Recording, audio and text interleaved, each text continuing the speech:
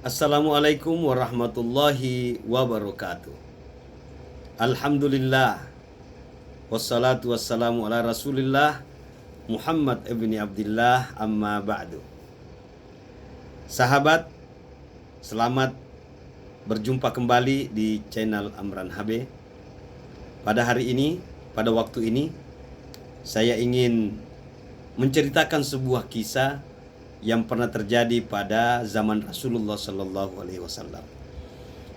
Kisah ini akan memberikan pelajaran kepada kita tentang 8 perkara dalam hidup, di mana 8 perkara dalam kehidupan ini kalau kita tidak mampu atasi, maka kehidupan kita akan susah, kehidupan kita akan buram, kehidupan kita tidak akan memberikan warna kebahagiaan. Kisahnya, pada suatu pagi Rasulullah Shallallahu Alaihi Wasallam keluar dari rumahnya menuju ke masjidnya. Tentu Masjid Nabawi di Madinah, karena kejadian ini di Madinah. Kira-kira waktu itu sekitar jam 9 pagi, di mana orang masyarakat Madinah pada saat itu pada sibuk-sibuknya di saat jam 9 pagi. Yang pedagang tentu ke pasar, yang pebisnis tentu mengurusi transaksi bisnisnya, yang petani tentu ke ladang, ke sawah, atau ke kebun-kebun kurma mereka, yang pelajar sibuk dengan diskusi dengan pelajarannya.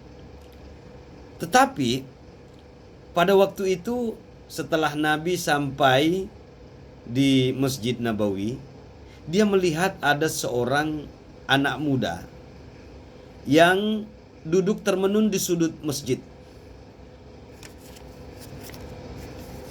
Lalu Nabi tentu heran, kok ada seorang anak muda yang masih produktif, umurnya masih sangat muda. Orang-orang sibuk bekerja, sibuk dengan urusan mereka pada waktu itu, dia malah duduk termenung di masjid. Maka datanglah Rasulullah menghampiri anak muda ini, bertanya, "Hai anak muda, ada apa gerangan kamu duduk termenung di masjid? Jika diperhatikan wajahmu ini, 1001 macam masalah yang kau hadapi." Lalu anak muda ini balik menghadap kepada Rasulullah. Tentu anak muda ini sangat hormat kepada Rasulullah. Kemudian dengan nada yang datar penuh dengan kesedihan, anak muda ini mengatakan kepada Rasulullah, "Hadan latimatni ya Rasulullah waduyun." Ya Rasulullah, aku ini ditimpa duka cita karena persoalan utang piutang. Rupanya anak muda ini punya persoalan yang berkaitan dengan utang. Sahabat, bisa dibayangkan kalau kita terjerat utang piutang. Dunia ini terasa sempit. Malam tidak bisa tidur, siang susah untuk keluar karena takut ketemu dengan penagih, takut ketemu dengan orang yang akan mengatakan bahwa kita tidak bisa bayar utang, apalagi kalau sudah mau jatuh tempo.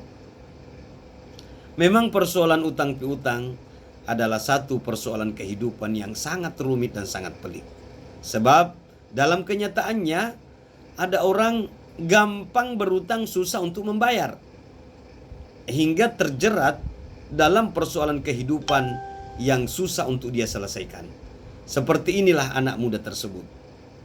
Lalu Rasulullah Shallallahu Alaihi Wasallam berkata kepada anak muda ini, "Hai anak muda, tidak ada persoalan yang tidak bisa diselesaikan, asalkan kita ada keinginan untuk menyelesaikannya. Oleh karena itu, anak muda, maukah kamu saya ajarkan satu doa? Engkau amalkan doa ini pagi, sore, selepas sholat subuh dan selepas sholat maghrib. Niscaya insya Allah akan menolong kamu dan membukakan pintu penyelesaian daripada urusan kehidupan kamu yang berkaitan dengan persoalan utang piutang. Anak muda ini kemudian mengatakan, tentu aku mau ya Rasul. Siapa yang tidak senang dikasih doa oleh Rasulullah, termasuk anak muda ini. Pemirsa, sahabat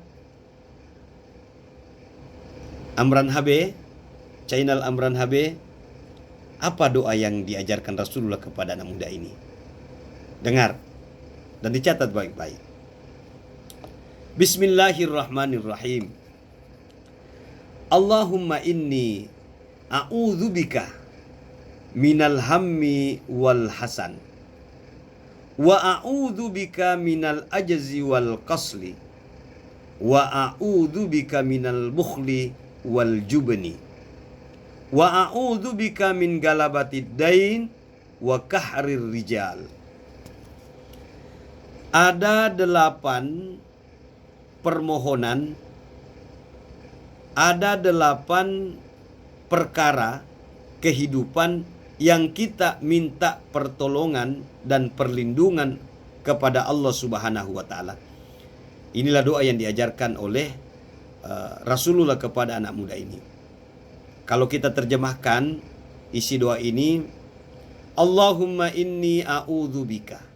Ya Allah, aku berlindung kepadamu dari perkara 8. Minal hammi wal hasan. Ini ada 2. Susah dan duka cita.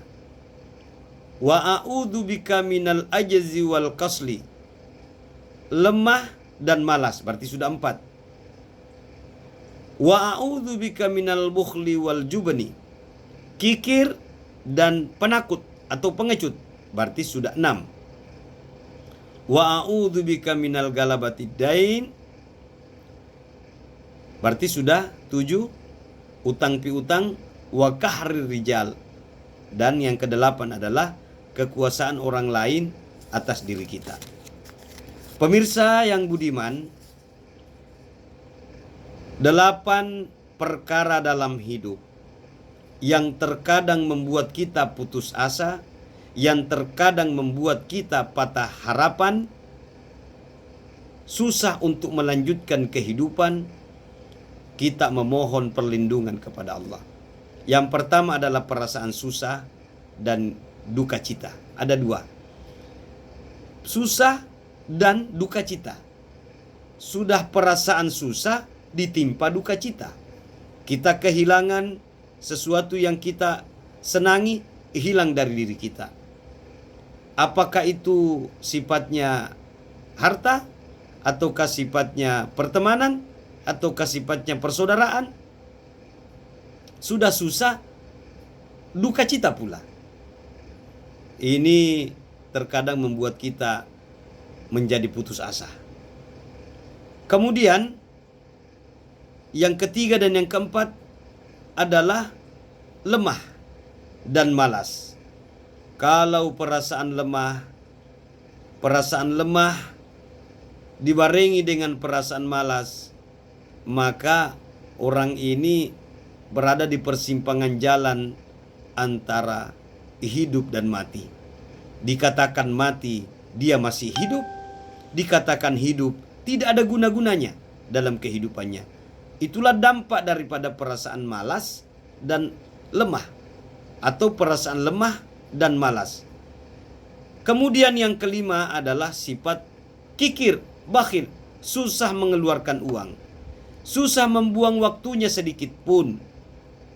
Kalau penyakit kikir bakhil menderah atau bersemayam di dalam diri kita, maka teman akan jauh dengan kita, masyarakat akan susah berdekatan dengan kita, karena siapa yang mau berteman dengan orang kikir? Jangankan harta, waktunya pun tidak mau dia buang untuk berinteraksi dengan orang lain. Maka kita harus memohon kepada Allah, minta tolong kepada Allah agar dijauhkan dari sifat kikir tersebut. Kemudian yang keenam adalah pengecut atau penakut. Ini juga penyakit dalam kehidupan yang kalau hadir dalam diri kita, maka potensi-potensi kita akan susah untuk kita keluarkan. Penakut, pengecut, suka orang Bugis mengatakan menawa-nawa, suka menghayal, sehingga ada pepatah dulu yang mengatakan seperti ini: mati Belanda karena jabatannya, mati Cina karena harta, mati Indonesia karena hayalan-hayalannya. Apa maksudnya? Ada orang diumpamakan Belanda, dia mau mati demi kedudukan. Dan ada orang diumpamakan Cina, mau mati karena mengejar harta. Dan ada orang yang hanya menghayal, menawa-nawa. Menawa-nawa naik pangkatnya, menawa-nawa banyak hartanya, menghayal saja. Itulah dampak daripada pengecut. Penakut, hakikatnya dia memiliki potensi yang luar biasa. Dia memiliki kecerdasan yang luar biasa. Dia memiliki modal yang luar biasa. Punya resources, tetapi dia penakut. Takut untuk berusaha, takut untuk berbisnis, takut untuk belajar, takut untuk memulai. Ini namanya pengecut. Kita harus berlindung kepada Allah dari sifat pengecut ini. Kalau sifat pengecut ini hadir dalam diri seseorang, maka tidak ada guna-gunanya. Semua kekuatan yang ada di sekitarnya, harta, kedudukan, pangkat, ilmu, kerabat, dan lain sebagainya, tidak ada guna-gunanya. Karena dia penakut, takut memulai. Dan penyakit ketujuh adalah berutang. Berutang sih sebetulnya tidak jadi persoalan. Yang penting ukurannya jelas, takarannya jelas. Ada orang malah puruk dalam berutang. Pendapatannya hanya 500.000, mau berutang 500 juta. Akhirnya susah untuk membayarnya. Hingga pada akhirnya dia terlilit. Susah untuk hidup. Malam tidak bisa tidur, siang tidak bisa keluar. Karena kenapa? Akibat utang piutang. Begitu tiba mau jatuh tempo utangnya, dumba-dumba lagi. Perasaan was-was muncul. Kita harus berlindung dari sifat ini. Oleh karenanya, pemirsa, sahabat sekalian, agar kita terhindar dari lilitan utang, pertama, banyak bersyukur kepada Allah. Yang kedua, dalam urusan dunia jangan melihat ke atas, tapi melihatlah ke bawah. Syukuri apa yang ada, apa yang telah Allah berikan, disyukuri, dikelola dengan baik. Semoga apa yang ada tersebut sudah dapat bermanfaat. Ya.